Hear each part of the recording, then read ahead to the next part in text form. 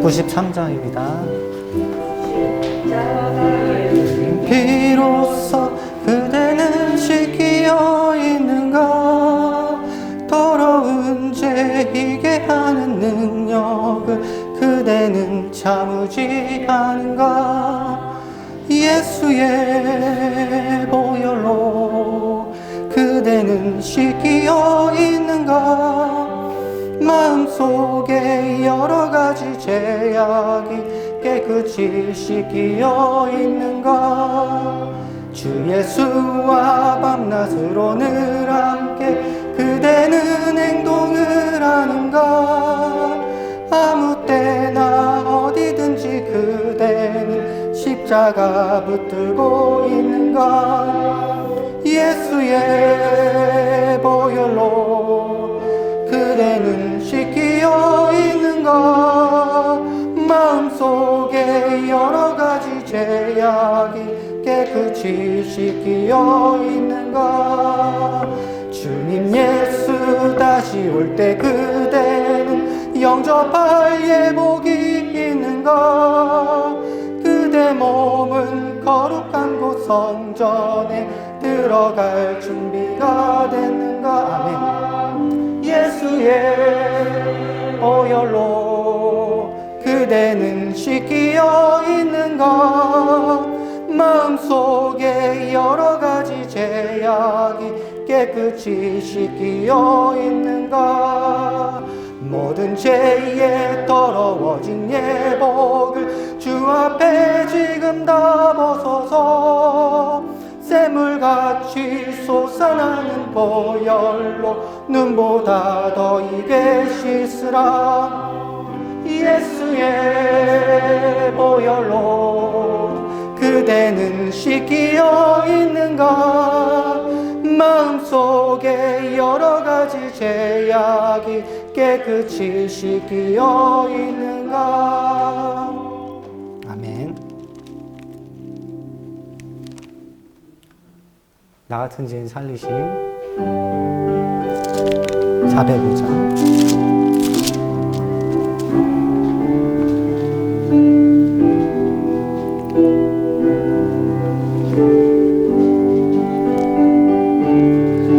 나 같은 죄인 살리신 주 은혜 놀라워 잃었던 생명 찾았고 광명을 얻었네. 큰 죄악에서 건지신 주 은혜 고마워. 나 처음 믿은 그 시간 귀하고 귀하다. 이제껏 내가 산 것도 주님의 은혜라. 또 나를 장차 본향에 인도해 주시리. 거기서 우리 영원히 주님의 은혜로 해처럼 밝게 살면서 주 찬양하리. 거기서 한 번 더 합니다. 거기서 우리 영원히 주님의 은혜로 해처럼 밝게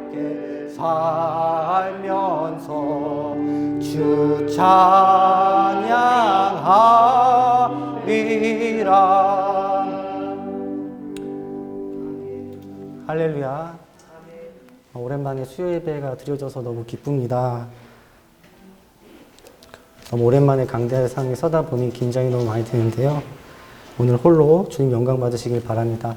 말씀 보겠습니다. 고린도전서 15장 10절입니다. 고린도전서 15장 10절. 제가 본 성경은 281페이지에 있습니다. 신약 281페이지. 고린도전서 15장 10절입니다.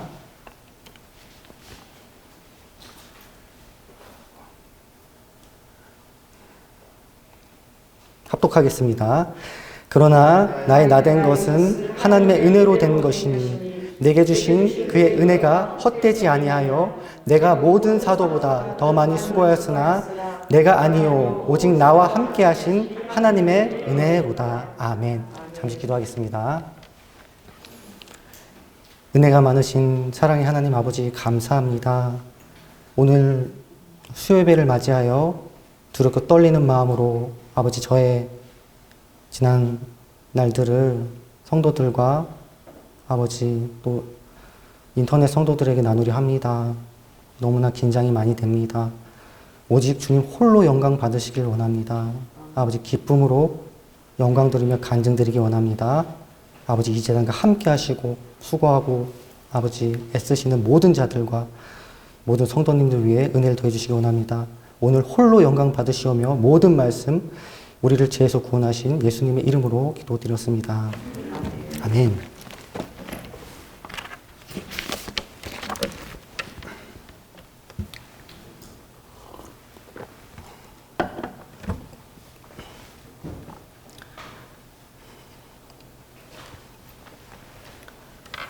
오랜만에 강대상에 섭니다. 오늘은 원래 예정에 계시록 설교로 계속 가려고 준비를 하고 있었는데요.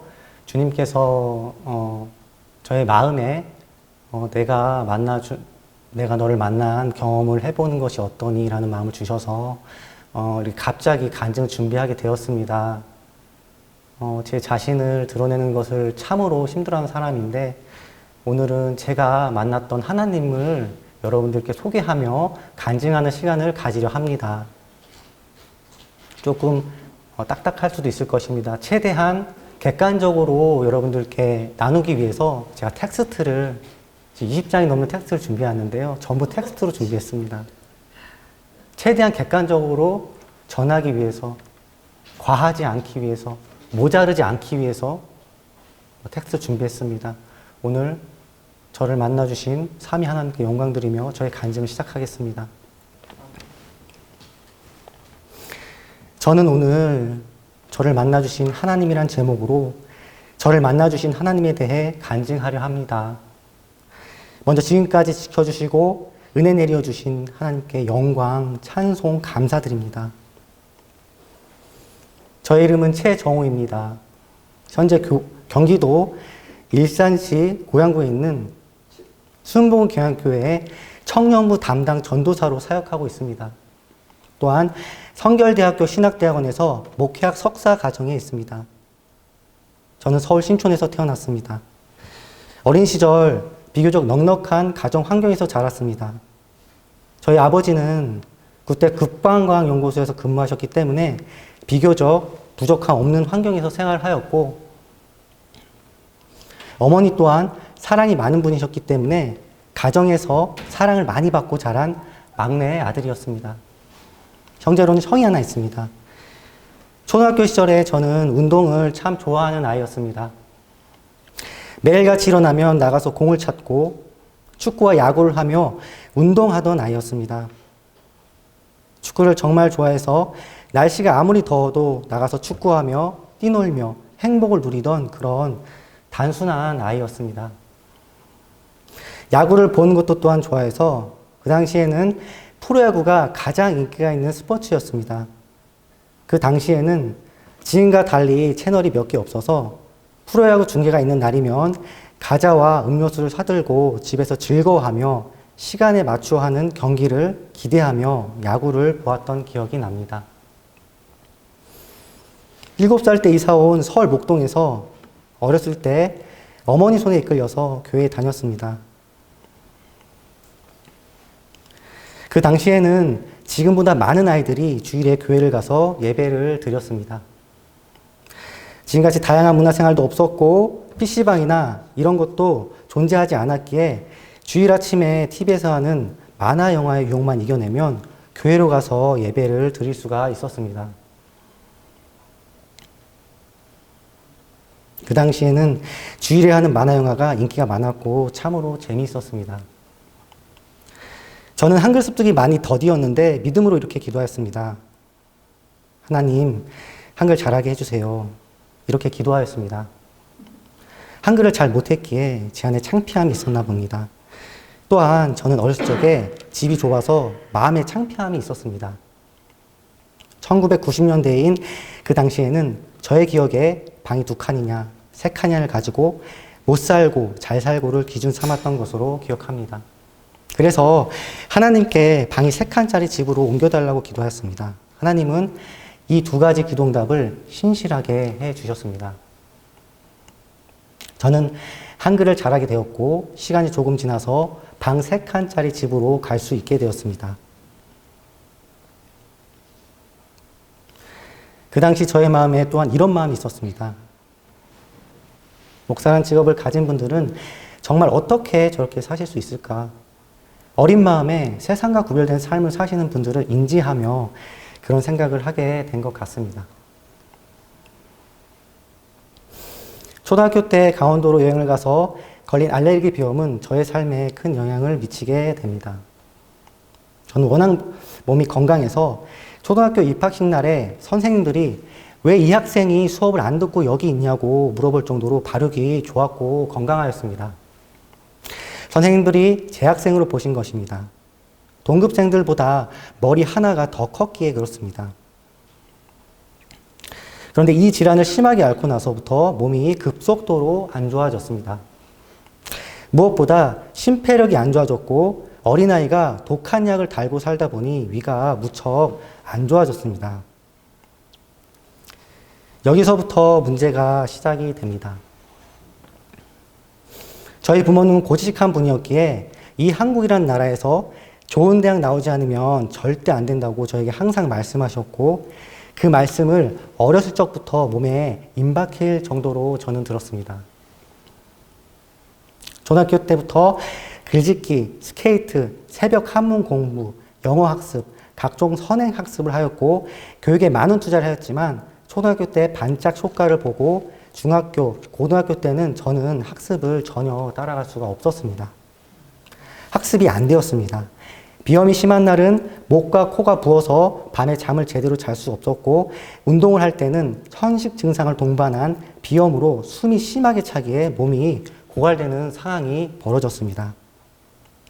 집중을 전혀 할 수 없었는데 예를 들어 도서관에서 하루 종일 앉아서 공부를 해도 제가 본 분량의 많은 부분이 생각이 나지 않았습니다. 공부한 바로 뒷페이지가 제대로 기억이 안 나는 것이었습니다.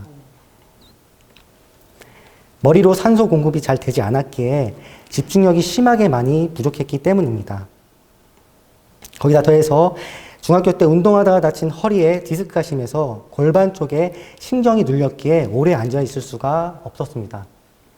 정말로 공부를 할 수가 없었습니다. 학업 스트레스가 생긴 것입니다. 많은 스트레스를 저는 받았습니다. 저희 집은 아버지가 국방과학연구소를 나온 이후부터 재정적으로 힘들었기에 저는 좋은 대학을 꼭 가야 하는 압박감 속에서 너무나 고통스러운 하루하루를 보냈습니다. 중학교 때는 거의 공부를 하지 못했고 하지도 않고 논 경우가 많았지만 고등학교 때는 하려고 해도 따라가지를 못했습니다. 이때부터 저는 삐딱선을 타게 됩니다. 스트레스가 너무 심했기에 많은 술을 마시게 되었습니다. 담배도 많이 독하게 피웠던 기억이 납니다. 불면증도 심했기 때문에 자기 전에 담배를 필터까지 독하게 피워야 잠을 자곤 했습니다. 그러나 술 먹고 담배를 피우는 것 외에는 크게 나쁜 짓은 하지 않았습니다. 그렇게 10대 시절이 지나갔고 20대 시절에 들어서 저에게 또 다른 질병이 생겼습니다. 그것은 우울증이었습니다. 고등학교를 졸업하고 대학교를 가지 않았기에 학교를 가지 못했다는 좌절감은 저에게 큰 콤플렉스였습니다.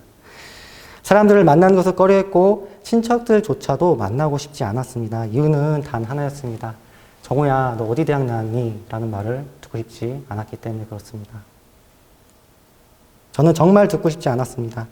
대학을 가지 못했기 때문에 그렇습니다. 삶의 실패자라는 인식이 제 내면에 있었던 것 같습니다. 그렇게 저는 집에서 컴퓨터와 인터넷 게임으로 중독된 채 술과 담배, 보지 말아야 할 것들, 음란물을 보며 여러 해를 보냈습니다. 이와 더불어 많은 안 좋은 일들이 겹쳐서 저에게 일어났고 친구들과의 관계가 완전히 깨지는 안 좋은 일들도 더해졌습니다. 정신적인 충격을 여러 번 받았기에 제 몸이 급속도로 약하게 되었습니다. 그때는 밖에서 조금만 걸어도 힘이 붙이고 숨이 찰 정도로 몸이 극도로 안 좋아졌습니다. 오래 설 수 없는 그런 상태였습니다. 이렇게 저는 아무것도 할 수 없는 채로 극도로 심한 우울증과 무력증에 걸리게 됩니다. 이 상태로 저는 군 복무를 대체하며 공익근무 요원으로 복무를 시작한 23살 때에 아무도 없는 지하철 승강장 긴 의자에 앉아서 이렇게 하나님께 기도를 하였습니다. 하나님이 살아계시다면 제발 저를 살려주시길 바랍니다. 예수님이 진정 살아계시다면 제발 저를 도와주시기 바랍니다. 이렇게 간절히 기도했던 경험이 납니다.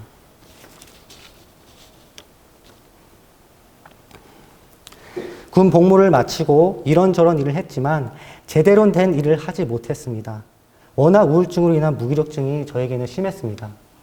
그렇게 힘들었던 중에 우울증 치료를 위해 정보 검색차, 인터넷 검색하던 중에 인터넷을 통하여 물리치료사 한 분을 만나게 해주셨는데요. 대구에 사시는 한 집사님이셨습니다. 그분은 물리치료사이시며 카이로프라틱을 전문으로 하시는 분이었는데 제가 그분을 만나러 지방으로 혼자 고속버스를 타고 내려갔습니다. 그런데 그때 가슴 속에서 큰 평안이 느껴졌습니다. 정말로 평안했습니다. 혼자 지방에 내려간 적이 없었고 모르는 사람을 만나는 것이 너무나 불안했기에 제가 기억이 납니다. 그때는 몰랐으나 이것이 하나님이 주시는 평안이고 이 인도가 하나님의 인도해 주신 만남이라는 것을 나중에 저는 깨닫게 되었습니다. 대구에 도착해서 병원에서 이분을 만나고 치료를 받는데 제 몸을 푸시며 이분이 하시는 말씀이 죽지 않고 살아있는 게 하나님의 은혜다 라고 말씀하셨던 기억이 납니다. 저는 삶에 소망이 없어서 죽고 싶은 생각이 없었던 것은 아니나 지옥이 있다는 사실을 확실히 믿고 알았기에 자살은 생각도 못했습니다. 너무나 고통스러웠지만 지옥을 확실히 믿었습니다. 어렸을 적에 아버지께서 가끔 기도하실 때 유창하게 하시는 방언 소리를 들으며 예수님의 살아계심을 확실히 믿었기 때문입니다.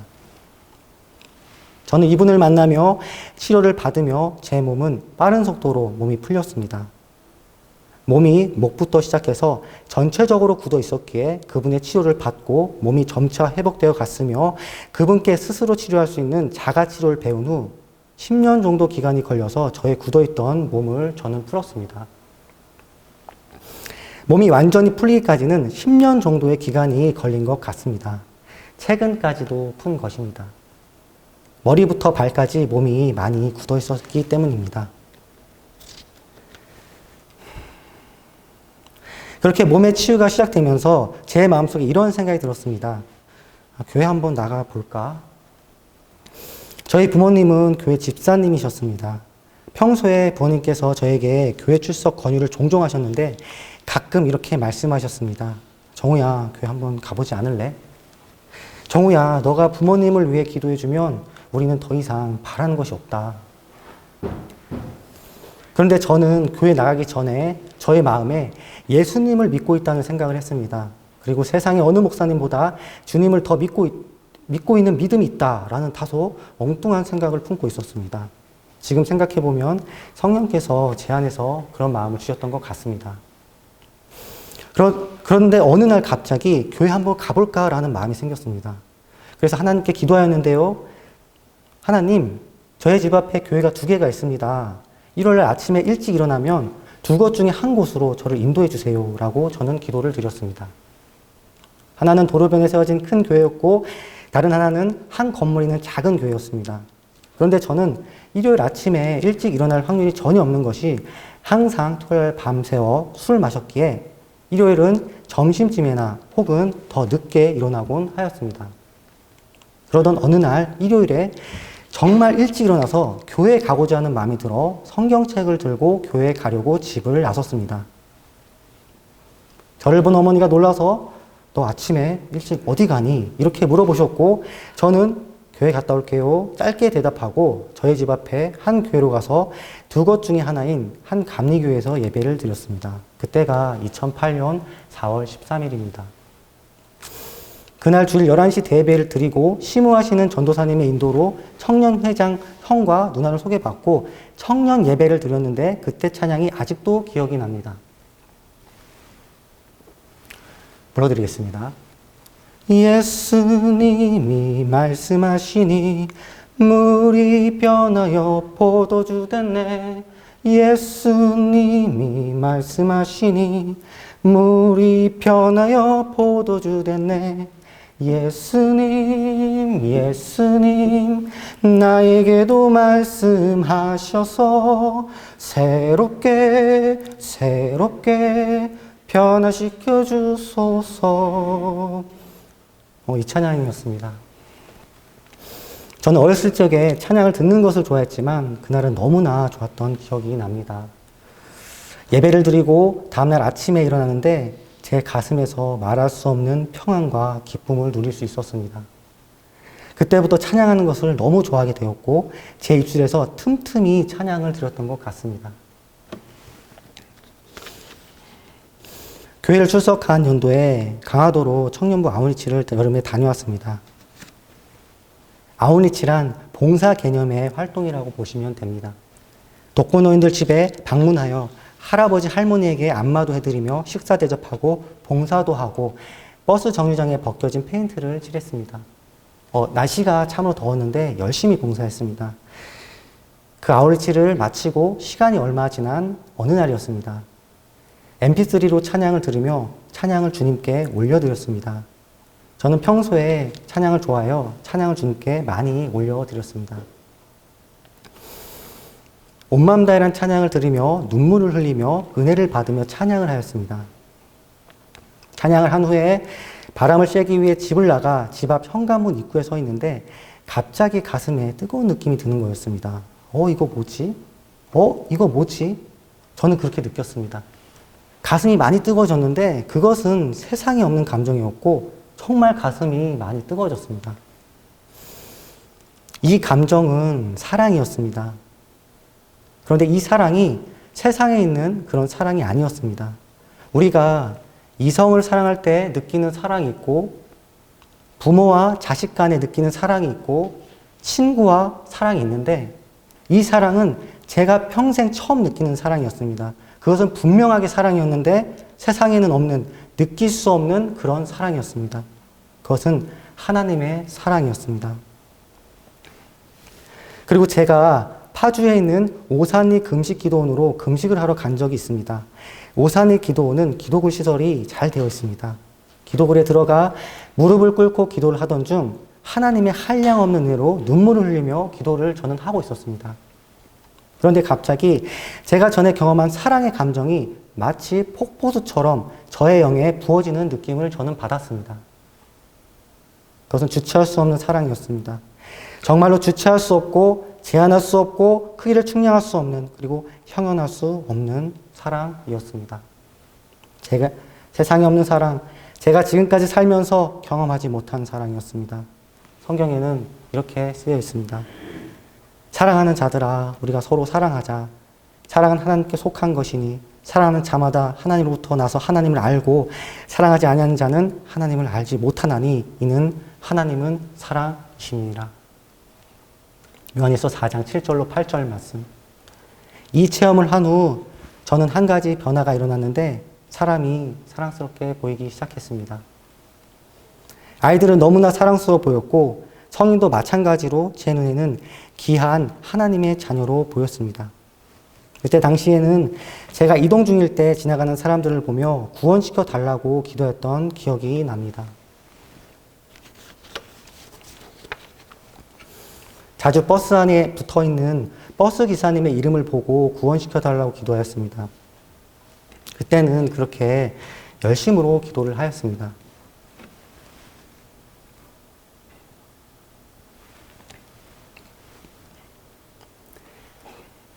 그렇게 은혜 가운데 신앙생활을 계속해 나갔습니다. 그런데 제 마음속에 이런 마음이 드는 것이었습니다. 하나님의 일을 해보는 것은 어떨까? 이때부터 계속 마음속에 하나님의 일을 해보는 것은 어떨까라는 마음이 들었고, 그렇게 자꾸 하나님께서 이끄시는 것 같다는 생각이 들었습니다. 은혜를 계속 받고 나니 더 큰 은혜가 받고 싶어서 우리나라의 유명한 목사님들 설교를 찾아가며 월요일, 화요일, 수요일, 목요일, 금요일 이렇게 돌아가며 이 목사님, 저 목사님 설교를 들으며 은혜를 받았습니다. 그러던 중에 대학 청년들을 대상으로 사역을 하시는 여자 목사님 간증을 들었는데, 이 목사님의 간증에 하루에 7시간씩 이상씩 기도하며 사역을 감당했던 간증을 저는 들었습니다. 그리고 나도 저 정도로 기도를 해야겠구나라는 생각이 들어 기도량을 늘려가기 시작했습니다. 처음에는 기도량을 늘려가는 것이 정말 힘들었는데 10분씩, 15분씩, 30분씩 의지를 사용하여 늘려갔고, 나중에는 1시간, 2시간, 3시간, 그리고 6시간, 7시간이 늘려가며 기도 생활에 전념하였습니다. 기도하다 시계를 보고 이렇게 조금씩 기도량을 늘려나갔습니다. 정말 힘들었습니다. 조금 무식했던 것 같습니다. 이때는 이렇게 해야 하는 줄 알았습니다. 기도 생활에 전념하던 중에 하나님께, 하나님, 제가 만약 주의 종으로 부르심을 받았다면 꿈으로 보여줄 수 있으십니까? 이렇게 기도를 드렸습니다. 기도를 한 후 어느 날 꿈을 꾸었는데, 꿈속에서는 제가 강대상에 서서 많은 사람들 앞에서 설교하는 꿈을 보여주셨습니다. 그 꿈을 꾸고 신기하여 다시 한번 꿈으로 보여달라고 하나님께 한 번 더 저는 기도를 드렸습니다. 그리고 얼마 지나지 않아 제가 마이크를 잡고 화이트보드 앞에서 사람들 앞에서 무언가를 설명하는 꿈을 꾸게 해 주었습니다.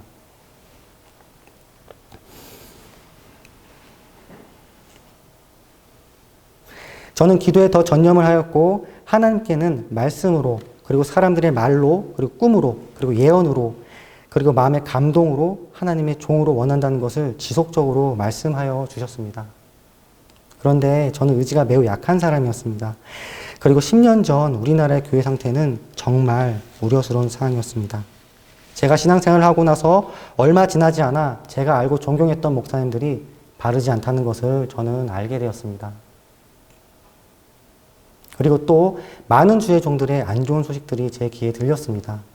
그래서 저는 정말 자신이 없었습니다. 목사로 산다는 것이 나에게 가능한 것인가?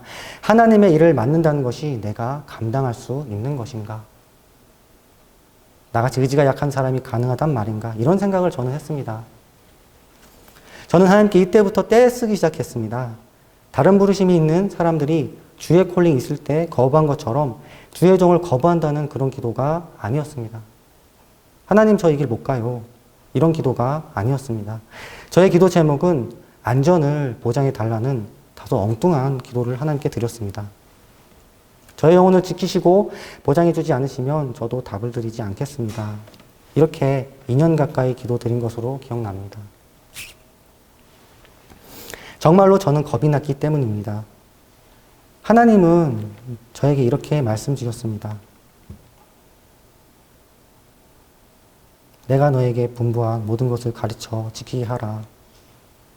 볼지어다 세상 끝날까지 너희와 항상 함께 있으리라 하시니라. 마태복음 28장 20절. 또 이사야서 48장 9절 10절 말씀도 주셨습니다. 내 이름을 위하여 내가 노하기를 더디할 것이며 내 영광을 위하여 내가 참고 너를 멸절하지 아니하리라. 보라, 내가 너를 연단하였으나 은처럼 하지 아니하고 너를 고난의 풀무불에서 택하였노라. 저는 하나님께 말씀을 받고 비로소 주의 종의 뜻을 마음으로 받았습니다. 그리고 하나님께서는 의지가 약한 저의 의지를 집중적으로 사용하시는 상황으로 저를 연단하시기 시작했습니다. 반드시 의지를 사용하는 상황으로 저를 인도하셨습니다. 사람들 앞에서 울렁증이 심하여 심히 떨고 말 못하며 자기 자신을 드러내는 것을 극도로 꺼리는 제가 강대상까지 서는 과정이 있었습니다. 뒤쪽에서 이어서 다시 간증해 드리겠습니다.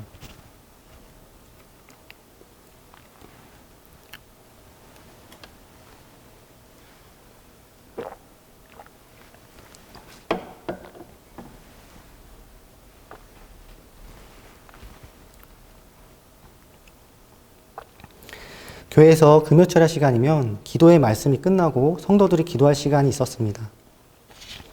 그런데 기도하는 성도들 중에서 방언 기도를 하는 소리를 듣게 되었습니다.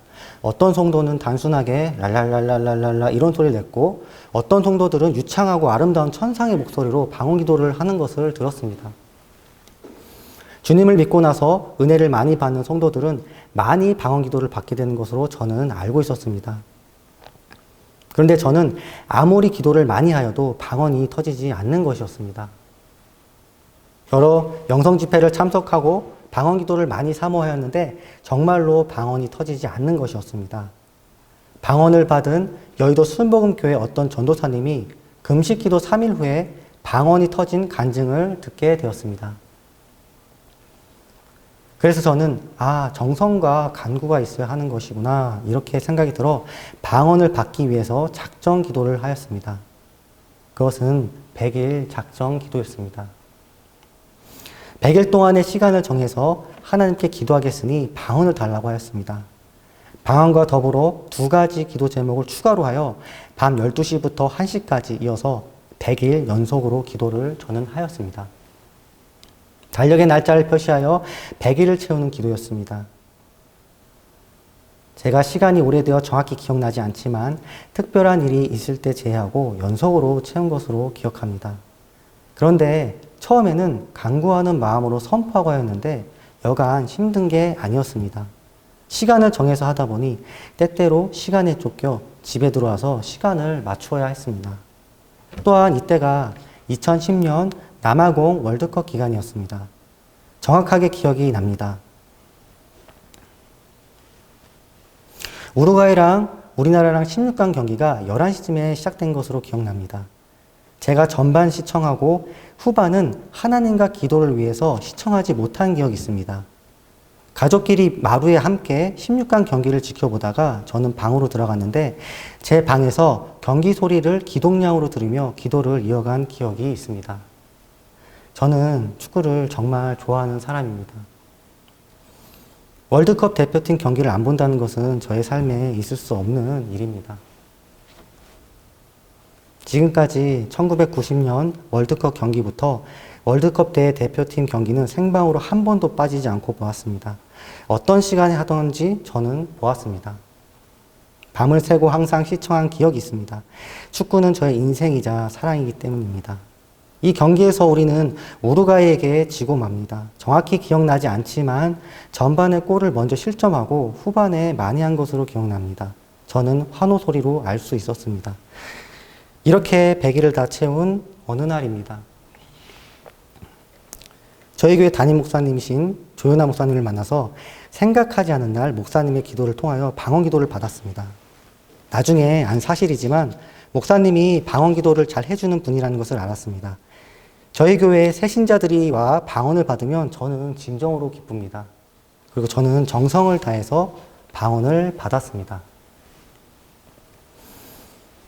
하나님께서 기도하시면 응답해 주시고 마음 주시고 감동으로 답을 주셔서 저는 제가 갈 길이 주의 종인 것 같다는 확신을 가지고 마음으로 받아들이게 되었습니다. 이렇게 뜨겁게 신앙생활을 이어갔고 은혜가 사모되어 많은 영성 집회에도 참석하였습니다. 그런 중에 하나님께서 저에게 네가 기도하는 것들을 내가 응답해 줄 것이며 그것들을 네가 경험하며 너는 거듭난 새로운 사람이 될 거야 라는 말씀을 주셨습니다. 저는 이 말씀을 듣고 기도 응답을 주신다고 그럼 불가능해 보이는 것들을 기도해 봐야겠구나라고 생각하였습니다. 그래서 하나님이 행하지 아니하면 도저히 일어날 수 없는 것을 구했고 놀라운 체험을 몇 번 하게 됩니다. 그중 하나는 치매에 걸린 불교신자 외할머니가 주님을 믿고 구원받으신 것이고, 두 번째는 저의 만성 위장병이 고침을 받은 것입니다. 저희 외가집은 불교를 믿습니다.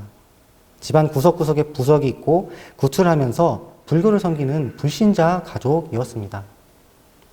할머니께서는 연로하셨고 돌아가시기 전에 치매로 인해 건강이 급속도로 안 좋아지셨습니다. 돌아가실 날이 얼마 남지 않았다는 것을 가족들이 전부 인지하였고 저는 그저 기도하며 마음만 아파하였습니다. 그런데 어느 날 하나님께서 네가 간절히 기도하면 내가 외할머니 구원시켜 줄 거야 라는 말씀을 저에게 주시는 것이었습니다. 저는 도통 이해가 되지 않았습니다. 믿어지지가 않았습니다. 마침 그 말씀을 하나님께로부터 받고 며칠 뒤에 이모들과 함께 외갓집으로 갈 기회가 있었습니다. 저는 기도하며 하나님께 여쭈어보았습니다. 하나님, 제가 지금 무엇을 해야 합니까? 지금 외가로 가서 치매에 걸린 불교신자 외할머니께 복음을 전해야 하나요? 라고 기도하였습니다. 그때 집에서 기도한 후 바로 요한복음을 묵상했는데요. 요한복음 3장 8절. 바람이 임의로 불매 네가 그 소리는 들어도 어디서 와서 어디로 가는지 알지 못하나니 성령으로 난 사람도 다 그러하니라. 란 구절을 읽고 눈을 감고 묵상하는데 외할머니의 형상이 떠오르는 것이었습니다. 저는 너무 신기했습니다. 그래서 저는 그날 바로 아침에 가족과 이모들과 함께 외갓집으로 향하였습니다. 차를 타고 가며 어떻게 해야 하나라는 생각밖에 들지 않았고 외할머니는 3일에 한 번 정도 정신이 돌아오신다는 얘기를 들었고 정신이 온전히 돌아오면 굿을 해야 한다는 얘기를 하셨다고 들었습니다. 외갓집은 불교 집안이었고 삼촌과 사촌 동생이 모두 체격이 좋은 남성이었기에 저는 많은 긴장을 하며 외갓집에 가게 됩니다. 그들 속에서 복음을 전해야 한다고 생각하니 긴장이 되었던 것입니다. 외갓집을 가기 전에 교회 한 어른에게 불신자가 돌아가시기 전에 주님을 영접하는 방법이 무엇이 있을까요? 라고 물어보았습니다. 그분은 예수님을 전하며 사도신경과 주기도문을 들려주신 후에 믿어야 한다고 말씀드리라고 저에게 말씀해 주셨습니다. 외가에 도착해서 할머니께서 3일에 한 번 정신이 돌아오시기에 우선 할머니가 제 정신인지부터 확인을 했는데 다행히 정신이 온전하였습니다. 저는 오직 할머니에게 복음을 반드시 전해야 한다는 마음으로 삼촌과 외숙모와 사촌들의 눈치를 보며 집 한쪽 구석 장롱 앞에 앉아 계신 할머니에게 다가가 살며시 작은 소리로 단도직입적으로 할머니, 예수님 믿으셔야 천국 갈 수 있어요. 예수님 믿으셔야 해요. 이렇게 저는 말씀드렸습니다. 그랬더니 할머니께서 하시는 말씀이 예수, 나 부처 믿는데 이렇게 대답하시는 것입니다. 제가 다시 말씀드렸습니다. 예수님 믿으셔야 제사함 받고 천국 갑니다. 할머니 천국 가셔야 합니다. 그리고 외할머니 곁에서 작은 소리로 할머니 제가 하는 말 믿으신다고 말씀해 주시면 돼요. 이렇게 말씀드리고 사도신경과 주기도문을 들려주신 후에 믿으시라고 할머니에게 요청을 드렸습니다. 그랬더니 잠시 후 할머니께서 알았다, 내가 믿는다 이러시는 것입니다. 저는 너무 신기해서 다시 여쭤보려고 했는데 외할머니께서 저에게 저기 삼촌 이러시는 겁니다. 삼촌이 불교신자였기에 외할머니께서 눈치를 보고 계셨던 것입니다. 지금 생각해보면 짧은 시간에 성령께서 놀랍게 역사하신 것으로 저는 믿습니다. 짧은 시간이었지만 저는 의아해하면서 신기함을 안고 집으로 도착했습니다. 시간이 지나서 할머니가 돌아가신 후에 하나님께서 외할머니를 받으셨다는 말씀을 분명하게 주셨고 신실한 사촌 여동생에게도 동일한 감동을 주셔서 저는 외할머니가 구원을 받았다고 확신합니다. 저에게 큰 은혜를 주신 하나님께 감사드리며 찬송을 드립니다.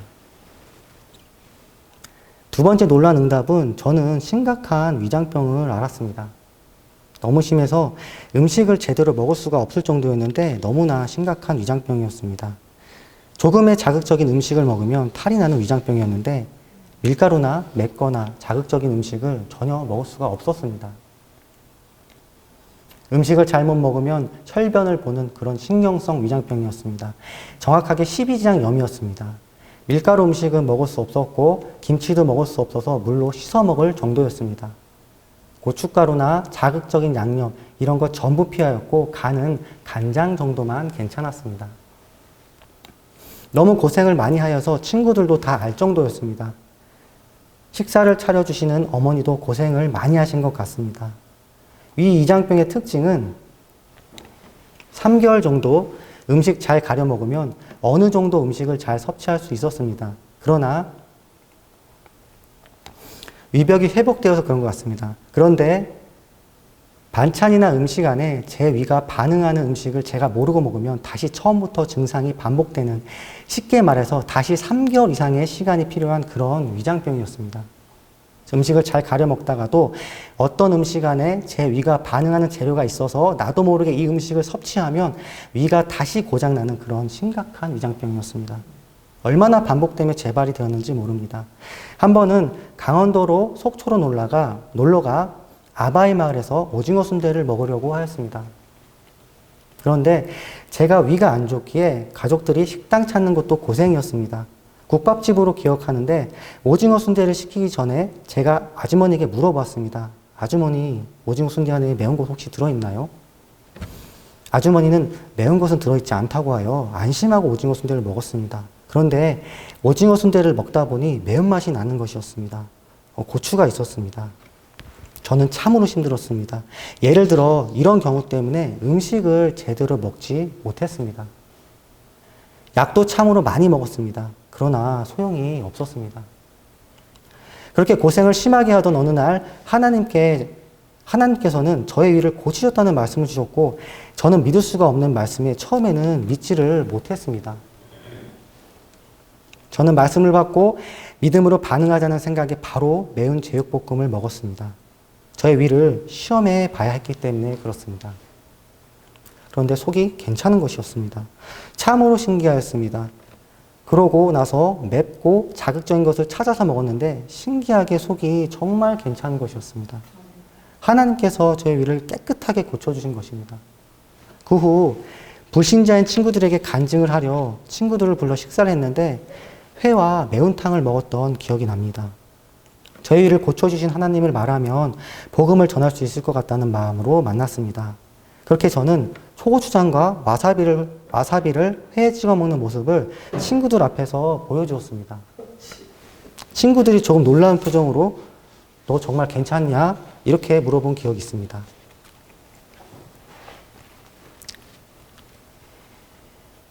이렇게 하나님의 은혜 강물 속에서, 하나님의 사랑 속에서, 인도함 속에서 신앙생활을 이어나갔습니다.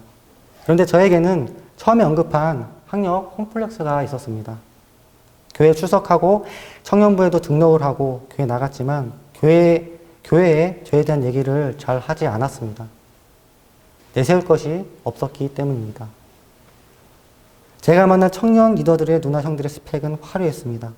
그리고 저를 인도한 가까운 청년 회장과 누나에게는 내가 내세울 것이 없어서 내 이야기를 하고 싶지 않다라는 식으로 말을 해, 이 청년이 자기를 드러내는 것을 싫어하는 청년이구나, 이 정도로 생각을 하며 저의 상황을 알았고 회장 형과 누나가 인도해주며 저는 계속 교회 생활을 하게 되었습니다.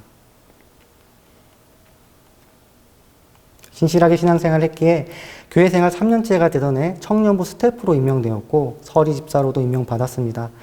스태프란 청년부의 핵심 리더를 말합니다. 또 중등부 교사로도 임명되어 열심히 교회 봉사도 하고 신앙생활을 하던 중 청년부의 활성화와 부흥을 위해 청년부 스태프로 금요철야 전에 기도 모임을 계획하게 됩니다. 청년들의 모임이 적었기에 금요철야 전에 청년들의 기도 모임을 만들고 싶었습니다. 그런 이유로 청년들의 활성화를 계획했는데 여기서 지혜롭지 못하게 제가 행동을 하게 됩니다. 청년들을 모아야 하는 생각에 앞서서 저는 알지만 저를 알지 못하는 평소에 얼굴만 아는 청년에게 금요 기도 모임에 오라고 교회에서 말을 전하는 것이 잘못된 방향으로 소문이 나고 맙니다. 제가 그 청년에게 성경 공부하라 하러 오라고 했다고 교회에 소문이 나게 됩니다. 교회에서 신천지로 오해를 받은 것입니다. 이 시기에는 교회 담임 목사님의 은퇴와 맞물려 새로운 담임 목사님이 오게 되었습니다. 그리고 교회에 많은 변화를 거치는 시기였습니다. 기존의 교육자와 저를 잘 알고 인도해 주던 청년부 형, 누나들은 유학과 결혼으로 청년부를 떠나게 되어서 이 상황에서 저를 변호할 사람이 아무도 없게 되었습니다. 신분이 확실하지 않던 저를 변호해 줄 사람이 아무도 없게 된 상황이 된 것입니다. 그래서 저는 새로운 청년부 담당 목사님과 중등부 전도사님의 권고로 잠시 모든 직책을 내려놓고 검증받는 시기를 받게 됩니다. 그때 청년부 담당 목사님이 하시는 말씀이 생각납니다. 이렇게 말씀하셨는데요. 정우야, 네가 무슨 신천지냐. 지금 교회에서 소문이 나 어쩔 수가 없으니 잠시 모든 거 내려놓고 검증받는 시간을 갖자. 매주 나랑 만나자. 이렇게 말씀하셨습니다. 저의 담당 전도사님이 또 이렇게 말씀하셨습니다. 2-3달 정도면 지나면 괜찮을 거예요. 조금만 인내합시다. 이렇게 말씀하셔서 저는 정말 2-3달 정도 지나면 모든 오해가 풀리고 복직될 줄 알았습니다. 처음에는 교회를 당장 떠나야지 마음을 먹었습니다. 너무나 화가 났고 억울했기 때문입니다. 그런데 하나님께서 교회에 남으라는 마음을 강하게 주셨기에 저는 순종하는 마음으로 교회에 남아서 신앙생활을 이어나갔습니다. 2-3달이면 다시 복직될 거란 말을 마음에 두고 교회에서 홀로 신앙생활을 하게 되었습니다. 이때가 2011년 4월입니다. 하나님께서 그때 신학대학교를 가라는 마음을 주셔서 저는 이때 수능 공부를 시작하게 되었습니다. 이때 하나님께서 신학 공부를 시작하라는 마음을 주셔서 저는 계속 공부를 하게 되었습니다. 그러나 공부할 방법을 잘 몰랐고 단계를 잘 알지 못했던 저는 제 수준을 뛰어넘는 고2, 고3 과정에 영어부터 공부를 시작했기에 수준에 맞지 않는 공부를 얼마 하지 못하고 공부를 등한히 하게 되었습니다. 방법을 몰랐기 때문이었고 어떻게든 되겠지란 저의 안일함과 또한 쉽게 포기하는 저의 연약함이 동반된 결과이었습니다. 그렇게 공부를 중단하고 기도와 예배 드리는 삶의 패턴으로 다시 돌아가서 기도와 말씀과 예배로 저의 삶의 패턴이 조정이 되었습니다. 그렇게 2011년이 지나 2012년이 왔는데 저에게는 아무 일도 일어나지 않았습니다. 저의 삶은 그대로 진행되고 있었고 교회에서 저의 누명은 그대로 있었고 아무 변화도 일어나지 않았습니다.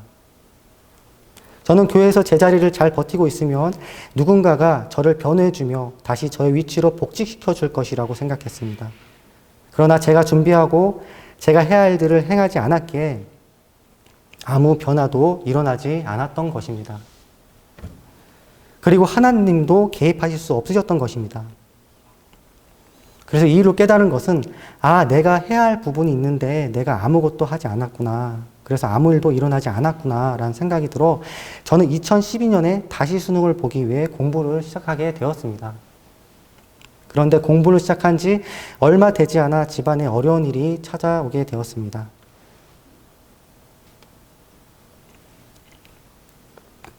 집에 재정이 부도가 나서 제가 일을 하지 않으면 안 되는 상황을 맞이하게 된 것입니다.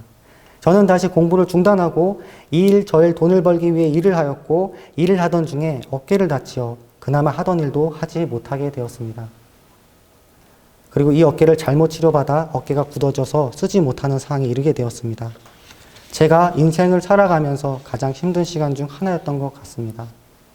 그렇게 제가 할 수 있는 쉬운 일을 하면서 2012년을 보내게 되고 2012년에도 수능을 보지 못하게 되었습니다. 그리고 교회에서는 역시 아무런 변화가 없었고 혼자 신앙생활을 계속하게 됩니다. 2013년이 돼서야 비로소 하던 일을 모두 중단하고 다시 수능시험을 준비하게 되는데요. 이때 정말 뒤를 생각하지 않고 말씀을 붙잡고 공부했던 기억이 납니다. 시편 126편 5절 6절 말씀. 눈물을 흘리며 씨를 뿌리는 자는 기쁨으로 거두리로다. 울며 씨를 뿌리러 나간 자는 곧 식단을 가지고 돌아오리로다. 마가복음 9장 23절. 할 수 있거든이 무슨 말이냐. 믿는 자에게는 능치 못한 일이 없느니라. 매번 포기하고 싶었지만 정말 최선을 다해서 공부를 하였습니다. 몸이 정상이 아니었기에 숨이 항상 차면서 공부를 하였고, 오른쪽 어깨가 정상이 아니었기에 어깨가 저리면 앉아있을 수 없었습니다. 그래서 어깨가 저리면 누웠다가 공부하다가, 저리면 누웠다가 공부하다가를 반복했습니다. 그렇게 공부를 계속 이어나갔습니다. 수능시험 당일날에는 저린 어깨와 허리 디스크 증상으로 인해 시험 감독실에 찾아가서 사항을 설명하고 만일의 상황에 대비해서 요청을 드리기도 한 기억이 있습니다. 다행히 하나님의 은혜로 무사히 시험을 잘 치를 수 있었습니다.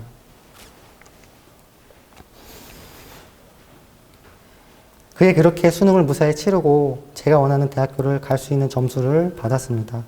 그런데 문제는 신학대학교를 가려면 교회 담임 목사님 추천서가 있어야 하는데 저는 교회에서 안 좋은 상황이 있다 보니 큰 걱정으로 어찌할 바를 알지 못했습니다. 하나님께서 그때 걱정하지 말고 목사님을 찾아 배워라 라는 마음을 저에게 주셨습니다. 저는 교회 행정을 맡고 계신 부목사님을 찾아 배웠고 진심으로 모든 환경을 말씀드렸습니다. 교회에 소문이 난 이유와 제가 떠날 수 없었던 이유를 사실대로 말씀드렸습니다. 그리고 목사님께 모든 사항을 다 들으시고 목사님께서는 모든 사항을 다 들으시고 일단 알겠다고 말씀하시며 교회에 보고하시겠다고 말씀하셨습니다. 목사님께서 며칠 후에 연락을 주셨습니다. 교회로 추천서를 받으러 오라는 것이었습니다. 정우야, 신경 써주지 못해서 미안하구나. 추천서 정성껏 잘 써주셨으니 주님의 귀한 종 되길 바란다. 말씀하셨습니다. 정성스러운 추천서를 저는 받았습니다. 그렇게 저는 그 추천서를 받고 교회로 나오는 발걸음과 그 성취감과 승리감은 잊을 수가 없습니다. 그렇게 저는 2014년 서울 화곡동에 있는 그리스도대학교 신학교 신학과를 입학해서 당당히 늦가기 대학생으로 첫 발을 내딛습니다. 그리고 마음에 이제는 교회를 떠나도 되겠지라는 생각이 제 이성적인 사고로 들어왔습니다. 그런데 하나님께서는 더 교회에 있기를 원하셨습니다.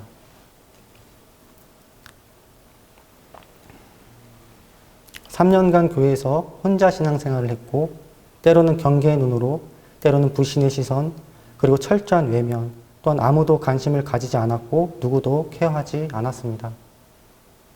저의 동기들 모두 저를 외면했고 저를 조심해야 한다고까지 말한 것을 나중에 알게 되었습니다. 딱 한 가정, 하나님이 예비하신 장로님 그 한 가정이 나서서 저를 보호해 주셨습니다. 교회에서 소문이나 일이 터질 때 저에게 찾아오셔서 자초지정을 그분께 저는 다 알려드렸고 그 장로님은 지속적으로 교회에서 저를 보호하시고 목사님께 지속적으로 복직을 요청드린 것으로 알고 있습니다. 교회 행사가 있을 때에도 의도적으로 저에게 도움을 요청하셔서 사람들 앞에서 봉사하도록 저를 돕는 한 장로님, 그 가정과 소수의 지인 외에는 저는 혼자 신앙생활을 하였습니다. 그러나 하나님의 은혜로 교회에서 불미스러운 일은 당하지 않았습니다.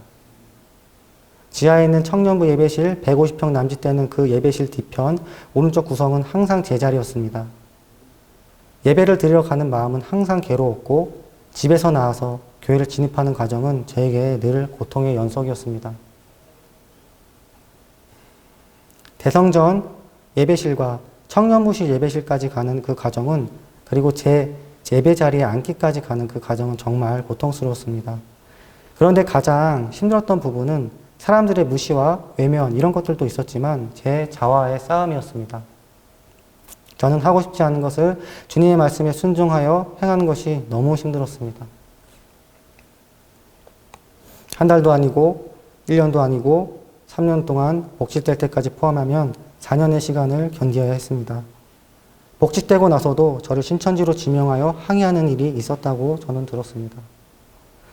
이런 어려운 시간을 지나 2014년에는 비로소 어린이 부서의 교사로 복직이 되어 봉사하게 되었고 청년부에도 복직이 되어 마지막 청년부 생활을 하게 됩니다. 하나님께서 예비하신 회복의 시간을 저에게 주신 것입니다. 청년부 수련회를 3년간 참석 못했기에 아쉬움이 많았습니다. 그해 청년부 아웃리치에 참석하여서 청년들과 성극 연습을 했던 기억이 납니다.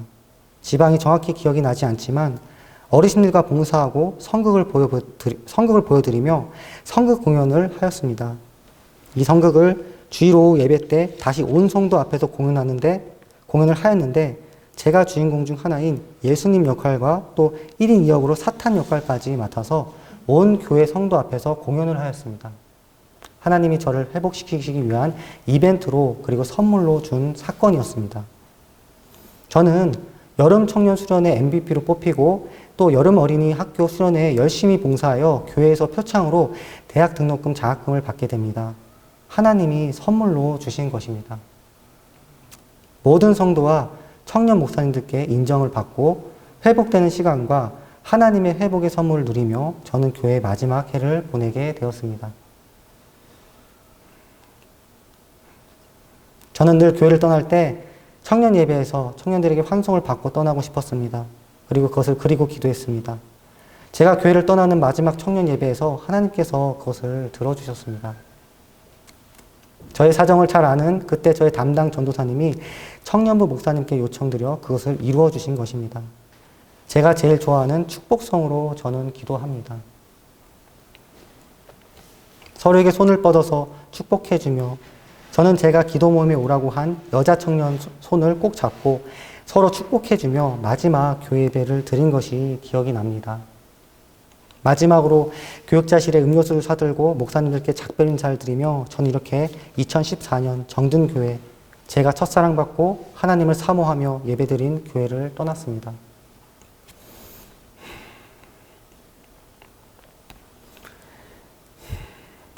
저는 집에서 교회 예배를 드리러 가려면 언덕 하나를 넘어가야 합니다.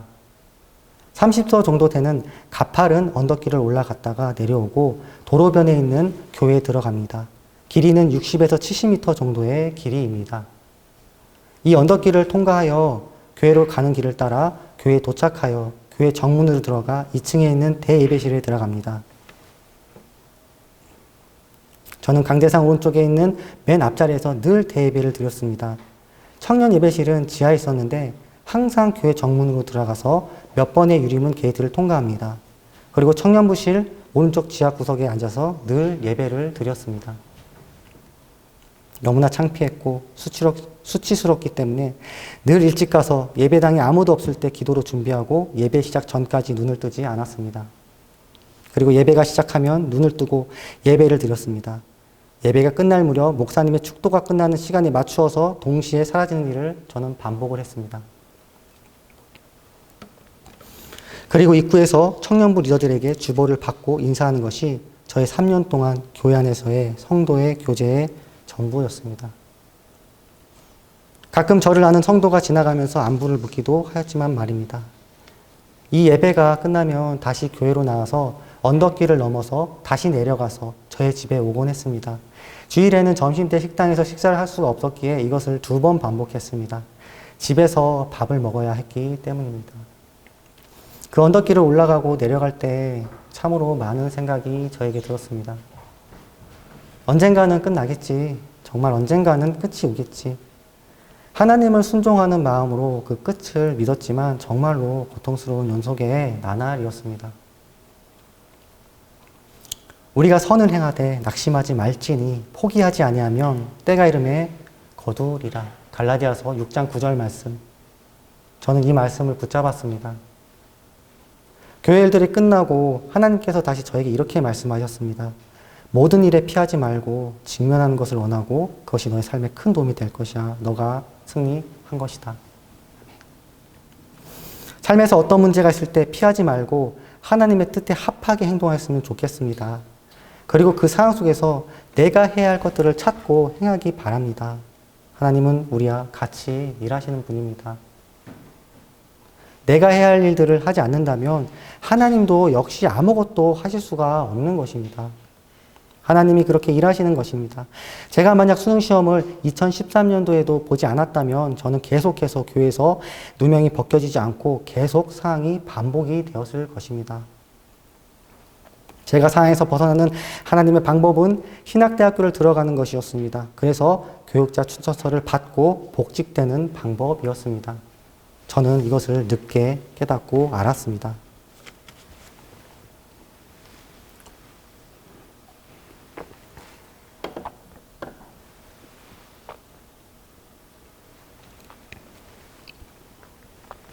저는 교회를 떠나 2015년에 지금 제가 섬기는 교회인 수음복음 경양교회 교육전도사로 임명을 받고 사역을 시작하게 됩니다.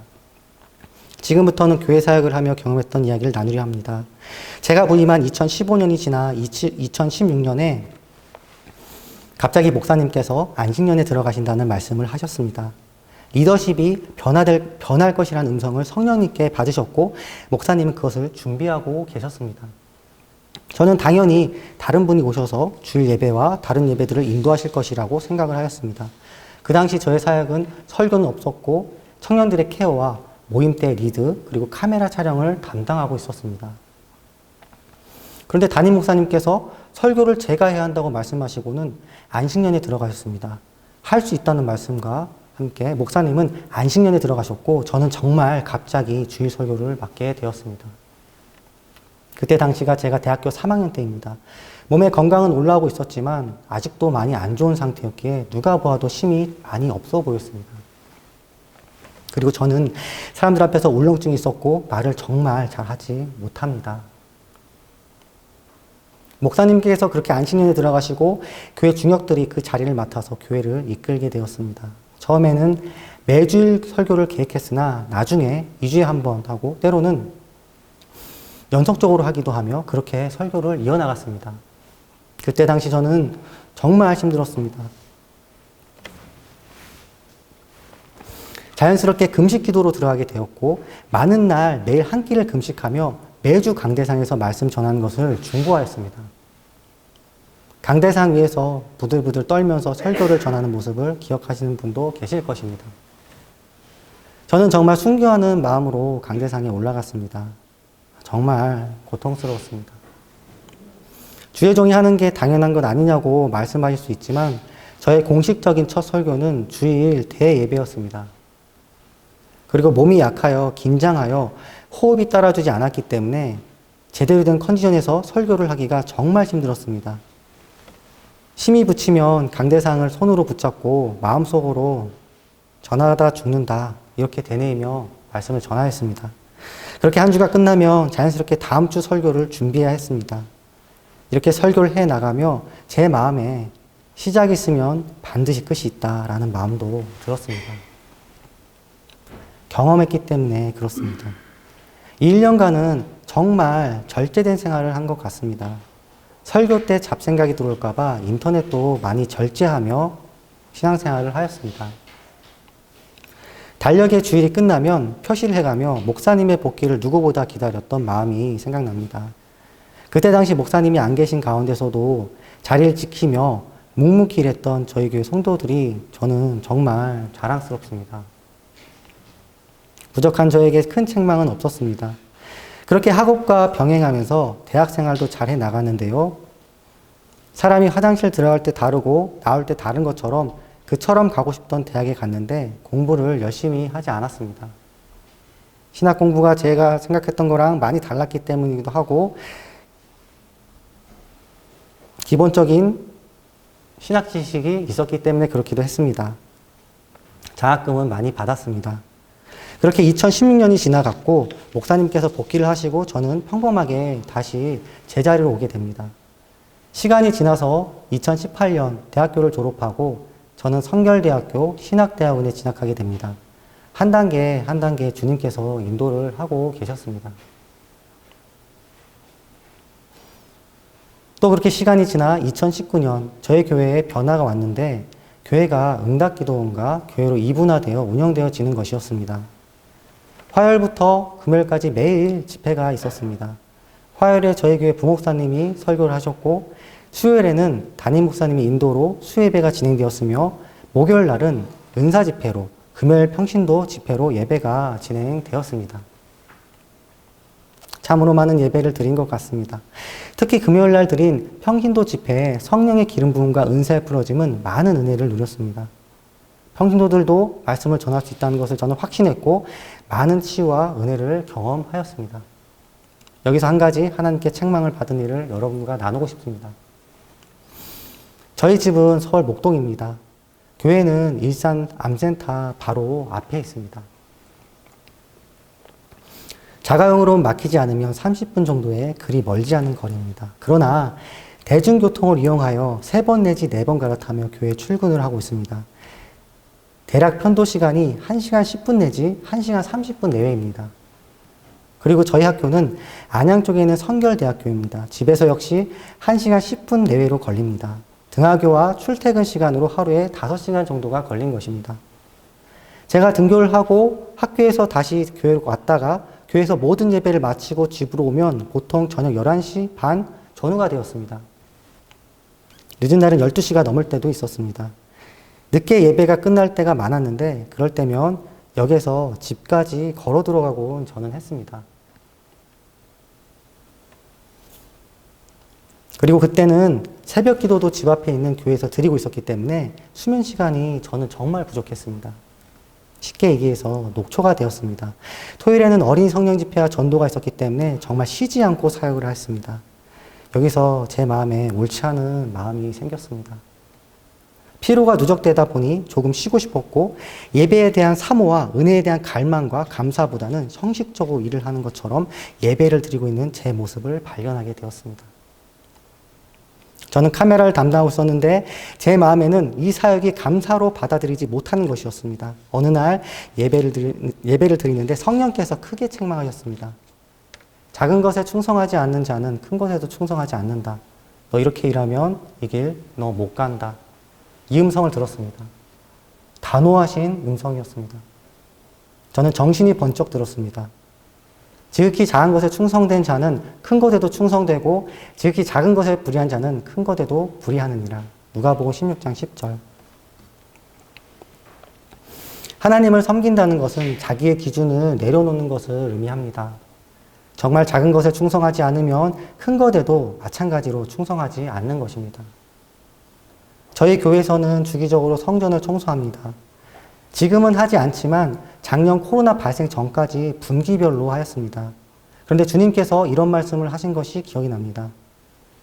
내 성전을 청소하는 것을 내 몸처럼 여기며 청소하는 성도가 나는 있기를 바란다. 정말 우리가 주의 일을 할 때 작은 것 하나를 소중히 여기며 하기를 저와 여러분 모두 바랍니다.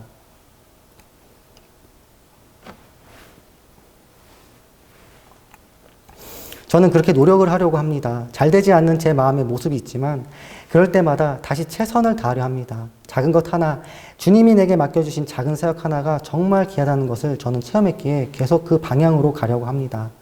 낮아지는 것입니다. 교회에서 신경 쓰지 않는 부분이 있다면 내가 찾아서 할 수 있기를 바랍니다. 매주 집회가 있는 2019년에 주님께서 저에게 지하철 전도를 원하시는 마음을 주셨습니다.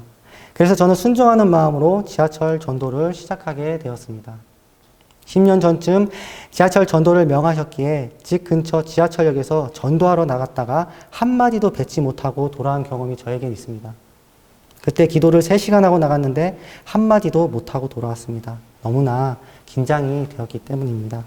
그래도 하나님의 뜻에 순종해야 했기 때문에 3시간 기도 후에 다시 나가서 지하철 한 칸에만 전하고 다리에 힘이 풀려서 전동차 밖으로 나간 경험이 있습니다. 저는 몸이 말랐지만 배짱이 있었기 때문에 어릴 적에 싸움을 많이 했습니다. 맞기도 많이 했지만 싸우면 물러서지 않았습니다. 그런데 싸움에서 하는 긴장감이랑은 비교도 안 될 정도의 긴장감이 있는 것이었습니다. 저에게는 충격과 공포 그 자체였습니다. 그 경험이 있기에 2019년에 주님께 지하철 전도를 명하실 때 참으로 힘들었습니다. 저는 사람들 앞에서 말을 잘 못하는 사람입니다. 울렁증이 심한 사람입니다. 주님은 그런 저에게 명하셨습니다. 그래서 저는 집에서 교회까지 그리고 학교에서 교회로 오는 지하철 코스에서 전도를 하기 시작했습니다. 집에서 교회로 오려면 저는 4번의 지하철 노선을 갈아타며 전도를 하였습니다.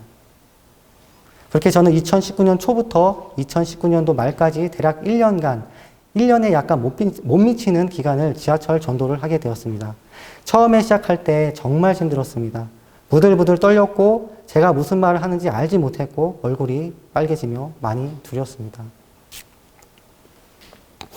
1시간 30분가량 교회로 오는 지하철 전도 코스는 정말 많은 사람들에게 복음을 전하게 되었습니다. 지하철 안에서 복음을 전하면 무시하고 안 듣는 사람도 많으나 의외로 귀를 기울여 듣는 사람도 많았습니다. 그리고 정말 많은 일들이 있었습니다.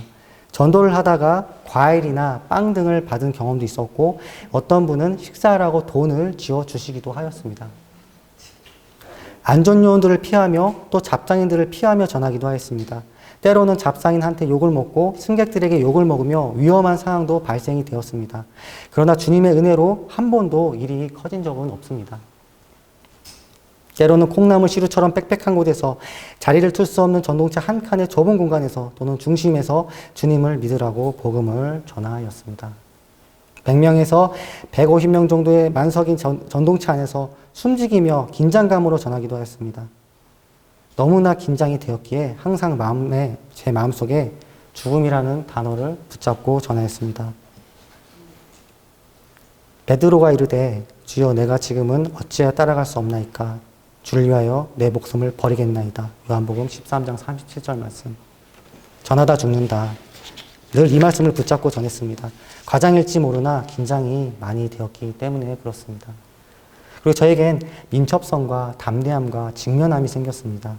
또 사람이 많을 때에는 앞에 있는 사람 얼굴은 보이지만 뒤쪽은 안 보이어 뒤쪽 사람 머리만 보일 때에는 그들의 영에 말한다는 생각으로 전동차 위쪽으로 말씀을 외치며 퍼지듯이 복음을 전하였습니다. 여호와의 영이 나를 통하여 말씀하시며 그의 말씀이 내 혀에 있도다. 사무엘하 23장 2절 말씀. 지하철 안에서 전할 때 많은 이들이 저의 복음을 들었습니다. 분명하게 열매가 있을 것이라고 저는 생각을 합니다.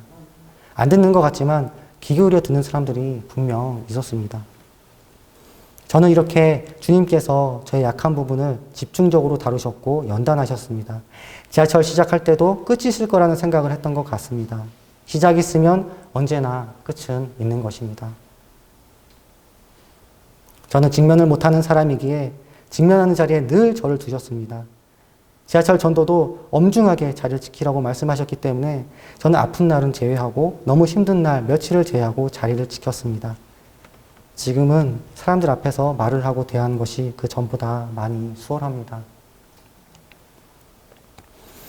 2020년 저는 지금 순복음교회의 교육전도사로 사역을 하고 있습니다. 저를 만나주신 하나님은 저를 치료해주신 하나님이시고 저를 죄에서 구원하여 주신 하나님이시고 저에게 비전을 주신 하나님이시며 저를 자녀 삼으신 아버지 하나님 그리고 사랑의 하나님이십니다. 하나님께서는 하나님을 모르던 죄에 빠져 살던 저를 용서해 주시고 인내하시며 만나 주시고 기다려 주셨습니다. 그리고 그분의 사랑을 저에게 확증해 주셨습니다. 그러나 내가 나된 것은 하나님의 은혜로 된 것이니 내게 주신 그의 은혜가 헛되지 아니하여 내가 모든 사도보다 더 많이 수고하였으나 내가 한 것이 아니요 오직 나와 함께 하신 하나님의 은혜로다. 고린도전서 15장 10절 말씀. 저는 지금 일본어를 공부 중입니다. 일본에 대한 비전을 받았기에 얼마 지나지 않아서 하나님께서 허락하신다면 일본으로 가서 복음을 전할 것입니다. 또한 저의 비전은 한국 청년들입니다. 그리고 저는 분명 국가 부흥의 비전을 받았습니다. 우리나라에 회복을 주신다는 말씀을 분명히 저는 받았습니다. 저는 그때 쓰임받기 위해 노력하고 있습니다. 우리가 사는 이 시대는 주님이 오심이 임박한 엔드타임입니다. 교회가 무너져 소망이 없어 보이고 신실한 주의 종들도 드물어 보입니다. 세상이 더 크게 보이고 핍박이 다가오는 것도 사실입니다. 하지만 저는 제 간증을 하며 제 간증을 듣는 사람들에게 이렇게 말씀드리고 싶습니다. 이 세상보다 우리 안에 계신 하나님이 더 크십니다. 분명 이 나라의 회복을 믿으며 하나님께서는 예비하신 신실한 자들을 사용하실 것이라고 저는 믿습니다. 저는 신앙적으로 돌파가 필요한 부분이 현재 있습니다. 어려운 상황이지만 꼭 주님과 동행하여 돌파할 것을 믿습니다. 이긴 후에 나중에 다시 간증드리기 원합니다. 하나님께서는 저의 연약함을 집중적으로 연단하셨습니다. 약한 부분을 대면시키셔서 집중적으로 연단시키셨습니다. 저는 이 간증을 마무리하며 여러분의 상황에서 어려움이 있다면 이렇게 말씀드리고 싶습니다. 피하지 마시기를 바랍니다. 절대 피하지 마시기를 바랍니다. 그 상황을 피하면 다른 어려운 상황이 왔을 때 동일하게 피하게 될 것입니다. 하나님과 동행하셔서 이기는 경험을 하시기를 저는 원합니다. 그것이 세상에서 이기는 방법이고 자기 자신을 강하게 하며 능하게 하며 어떤 상황에서도 쓰러지지 않게 하는 비결이기도 합니다. 저는 지금 하루에 운동을 1시간 반씩 하며 몸을 만들고 있습니다. 시작한 지 얼마 안 되었지만 어렸을 때 강했던 그 시절로 돌아가고 있는 것입니다. 조금 늦었지만 말입니다. 나중에 저의 모습을 보시면 놀라실 것입니다. 하나님은 이렇게 우리를 치유하시는 참 좋으신 아버지 하나님 되십니다. 제가 증거합니다. 제 간증을 듣는 불신자가 있다면 저는 꼭 간절하게 권면하고 싶습니다. 예수님을 꼭 만나시기 바랍니다. 그분께 기도하고 그분을 찾으면 예수님은 꼭 만나주실 것입니다. 그리고 어떤 상황에서도 좌절하지 마시기를 바랍니다. 주님과 동행하면 불가능은 없는 것입니다. 하나님께서는 우리가 하나님 아버지를 신실하게 섬기시기를 원하십니다. 그분을 신뢰하고 따르고 그분이 우리를 사랑하신 것처럼 동일하게 사랑받기를 원하십니다. 그리고 영광받고 찬송받으시기도 원하십니다. 만왕의 왕 그리고 만주의 주시기 때문에 그렇습니다. 저를 회복시켜 주시고 저를 주님의 영광의 도구로 사용할 계획을 이루시는 삼위 하나님을 찬양하며 찬송하며 영광 올려드립니다.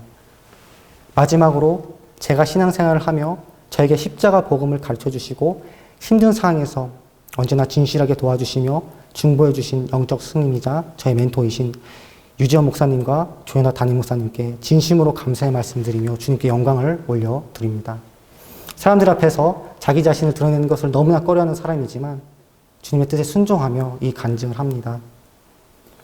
지금까지 저를 만나주신 하나님에 대한 간증을 하였습니다.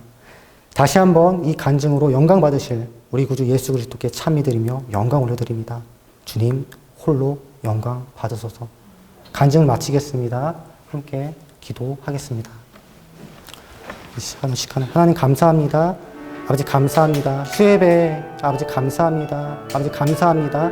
아버지 감사합니다. 아버지 감사합니다. 주님 홀로 영광 받으시옵소서. 아버지 홀로 영광 받으시옵소서. 아버지 수요일입니다. 아버지 이제 예배가 시작됐습니다.